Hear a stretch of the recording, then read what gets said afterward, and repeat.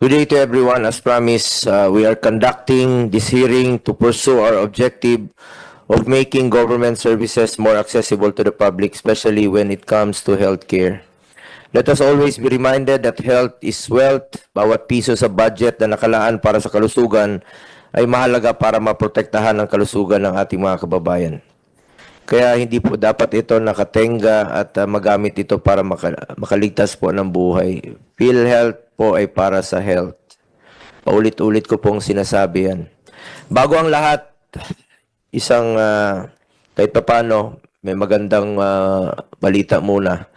Naiulat po na aprobado na ng Board of Directors ng PhilHealth ang pagbabasura sa kanilang single period of confinement policy na alam natin ay mahigit isang dekada na pong nagpapahirap sa ating mga kababayang may sakit, no?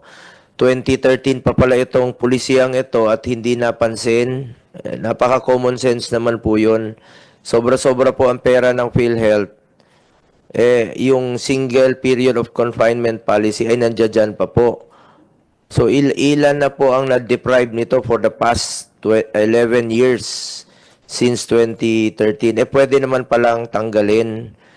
Sa kaalaman po ng mga kababayan natin, ito pong single period of confinement policy ay natuklasan natin sa dami pong reklamo na lumalapit sa aming opisina. Halimbawa po, nagka-bleeding kayo, buntis, masiselan yung pagbubuntis ninyo. Pag na-admit kayo bukas, within 90 days, bawal na pong i-cover muli ng PhilHealth because of this policy. Illogical po ito, kalokohan po itong pulisiyang ito. Pangalawa, tayo, pasintabi lang sa kumakain. Mahilig akong kumain kahit saan. Hindi maiwasan, magka-diarrhea tayo. Bawal nang i-cover muli pag na-admit ka. Nung klaseng pulisiya yan. Kalokohan yan. Pangatlo, pneumonia. Pag na-admit ka muli because of pneumonia, bawal na naman. Mapigilan mo bang magkasakit? Hindi natin alam kung kailan tayo magkakasakit. At bakit nyo i-deprive sa Pilipino yan? Pera ng Pilipino yan, contribution, sweldo natin yan. Kinakaltas po sa sweldo natin. Kaya nga PhilHealth para insured tayo kung sakaling magkasakit tayo. Ang dami nyo pong pulisiya na dapat matagal nyo na pong pinag-aaralan. Ngayon, pag-usapan natin dito, iniiwasan nyo naman kami rito. Alam nyo, kalokohan po itong single period of confinement policy. Nagpapahirap po ito sa Pilipino. Salamat naman po. At finally, in-scrap nyo na, tinanggal nyo na po itong single period of confinement policy. Sulit po ang ating pangungulit at hindi po ako titigil. Nakukulitin kayo bilang chairman po ng Committee on Health. At hindi po ako titigil dito sa ating adhikain na expand pa yung medical services. Matapos nating madiskubre na 500 billion ang reserve funds ng PhilHealth. Ibalik nyo po yan sa tao. Pera po ng tao yan. Hindi po inyo yan. Contribution. Subsidy. Dapat yung mga makikinabang po, ang ordinaryong mamamayang Pilipino. Puntahan nyo po ang mga ospital. Mahirap. Makikita nyo. Nasa bangketa, nag-aantay, walang pambayad sa ospital. Habang natutulog yung pera ninyo, ilang buhay na naman po ang mawawala ng mga kababayan nating may sakit. Huwag nyo pong pahirapan ang mga kababayan nating mahirap. Mahirap na nga, pinapahirapan nyo pa. Hindi po ako titigil. Pati sa inyong budget. Babantayan natin yung budget ninyo. Matapos po ang 3 hearings dito sa Committee on Health, hinggil sa anti-people, anti-poor policy na ito, sa wakas ay tuluyan na pong ibinasura ng PhilHealth Board ang itong single confinement policy. Salamat po. Sabi ko nga parate, ang taong may sakit, lalo na po yung mga mahirap nating kababayan, ay dapat po arugain ng PhilHealth. Ilang beses man siyang magkasakit, hindi isang beses lang sa loob ng itinakdang panahon. Our mission for much improved public health care and expanded health services does not end with the scrapping of this said policy. Patuloy nating kalampagin ang PhilHealth upang mas lalong mapabuti natin ang mga healthcare benefits and services, lalo na para sa mga mahirap nating kababayang Pilipino na walang ibang malapitan kung hindi tayong nasa gobyerno. May pera po eh. Buti sana kung walang pera yung PhilHealth. Merong reserve fund, kaya nga po winalis ng National Treasury kasi sobra-sobra po yun yung pera. Bakit hindi kayo mag-isip ng marami pang mga benefit packages, increase case rates, para lesser out-of-pocket expenditure? At babaan niyo po ang premium contribution muna habang sobra-sobra pa yun yung pera. Mag-isip po kayo. Marami pong klaseng sakit. Sabi nyo nga, 9,000 case rates ang pinag-aaralan nyo. Ang dami pong benefit packages. Halimbawa, nandito yung mga dental. Ang suggestion ng ating DOH, dental. Ang dami pang serbisyo na pwedeng i-avail ng Pilipino na hindi nila alam saan sila lalapit dahil hindi nyo po ini-expand ang benefit packages ninyo. Yung iba, sinulid ginagamit. Pantanggal ng ngipin sa bundok, sa bukid sa amin, sa probinsya. Sa mata. Yung optometrist natin, optometrist, yung mata, ang dami mga bata nahirapang magbasa.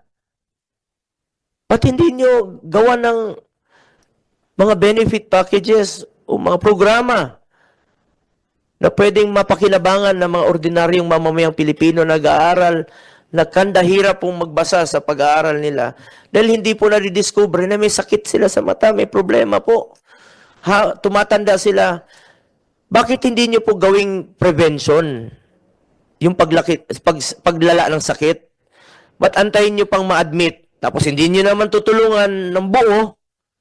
Bakit hindi kayo tumulong for prevention? Marami pong sakit na pwede nating maagapan ng maaga. Mag-isip kayo, PhilHealth. Mag-isip kayo at magmalasakit kayo sa kapwa Pilipino.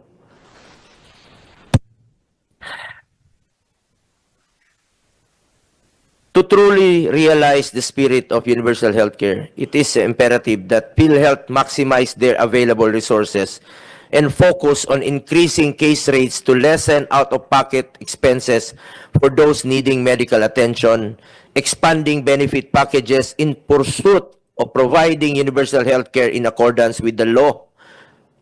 Hindi pa nga natin na-improve hindi pa natin na fully implement ang ating UHC.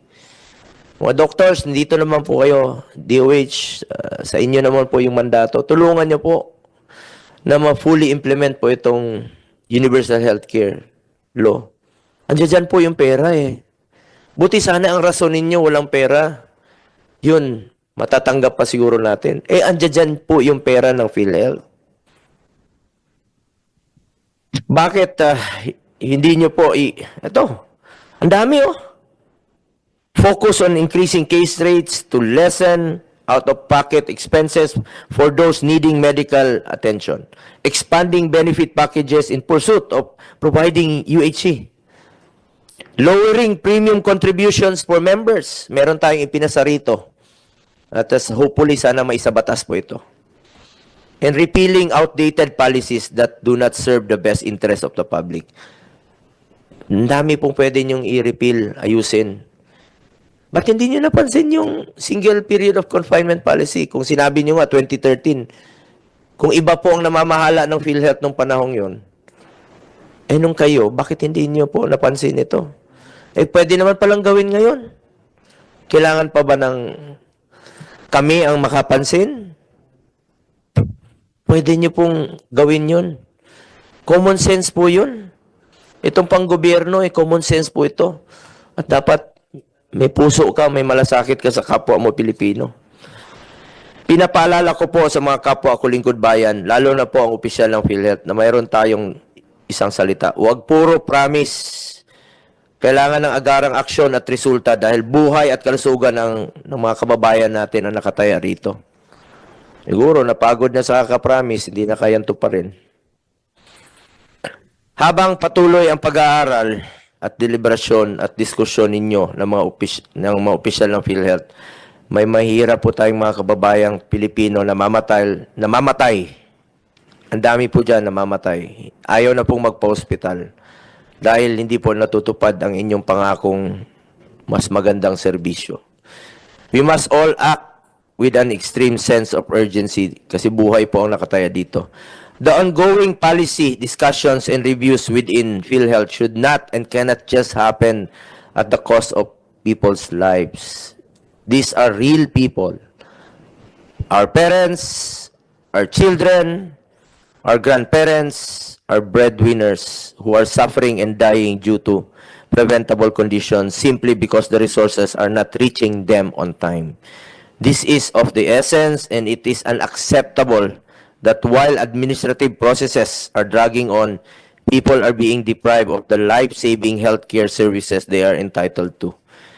Meanwhile, we will continue to hold PhilHealth on its promise to further increase its case rates by at least 50% across the board before the end of November.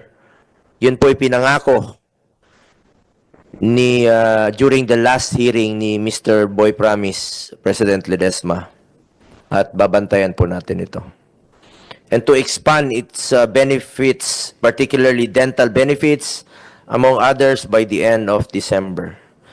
We have to remind President and CEO Mandy Ledesma and the whole of PhilHealth that these commitments are not just mere numbers. They represent very real improvements in the healthcare experience of millions of Filipinos. Asahan po ninyo na tututukan po natin ito at hindi tayo papayag na mapako ang pinangako ito ng PhilHealth sa taong bayan. You are under oath when you delivered your promises to the people, and this committee will hold you to your promise. Uso pa naman ang contempt ngayon.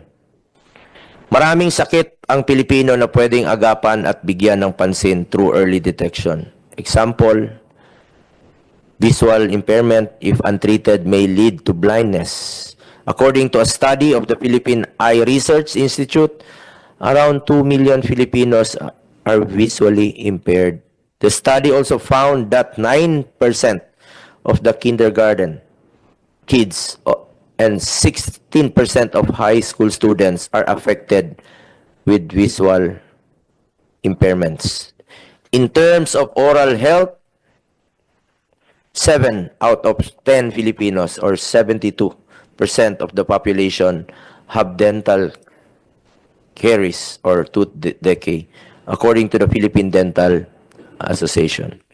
Hindi na dapat hintayin na lumala ang sakit. Sabi ko nga, mas mahal, kung mas mahal na ang procedure tsaka pa action na ng PhilHealth, kakarampot lang po ang inyong share na binibigay pag lumala na yung sakit. Bakit hindi kayo tumulong sa prevention? Importante dito ang prevention at early detection. Mas efficient dito dahil hindi nagagastos ng malaki ang PhilHealth kung hindi nalalala ang sakit ng Pilipino. Bakit pang antahin natin na mabulok ang ngipin o mangailangan ng mahal na procedure para sa komplikasyon kung pwede naman magkaroon at maisama sa programa ang teeth cleaning at dental consultation? Prevention and early detection are foundational pillars of a robust healthcare system. By focusing on preventive care, we can mitigate more serious and costly health conditions later on. Baka mas makakatipid pa kayo kung maagapan po ang sakit. It is more efficient and sustainable for PhilHealth to invest in preventive measures like regular checkups, dental cleanings, and early intervention for minor health concerns rather than waiting for conditions to worsen and become more expensive to treat. Marami po ng mga kababayan nating Pilipino ang takot magpa-check up dahil wala pong pambayad. Walang coverage ng PhilHealth. Yung iba nga po, hindi nila alam, membro pala sila ng PhilHealth. Paigtingin nyo po ang inyong educational campaign na lahat tayo ay membro po ng PhilHealth. Yung iba po, tinitiis na lang ang sakit. Aksyonan nyo po ito, PhilHealth. Ang hadlang dito sa pagpapacheck up nila, takot sila sa babayarin sa ospital. Yan talaga ang pumapasok parati sa isipan ng ordinaryong Pilipino.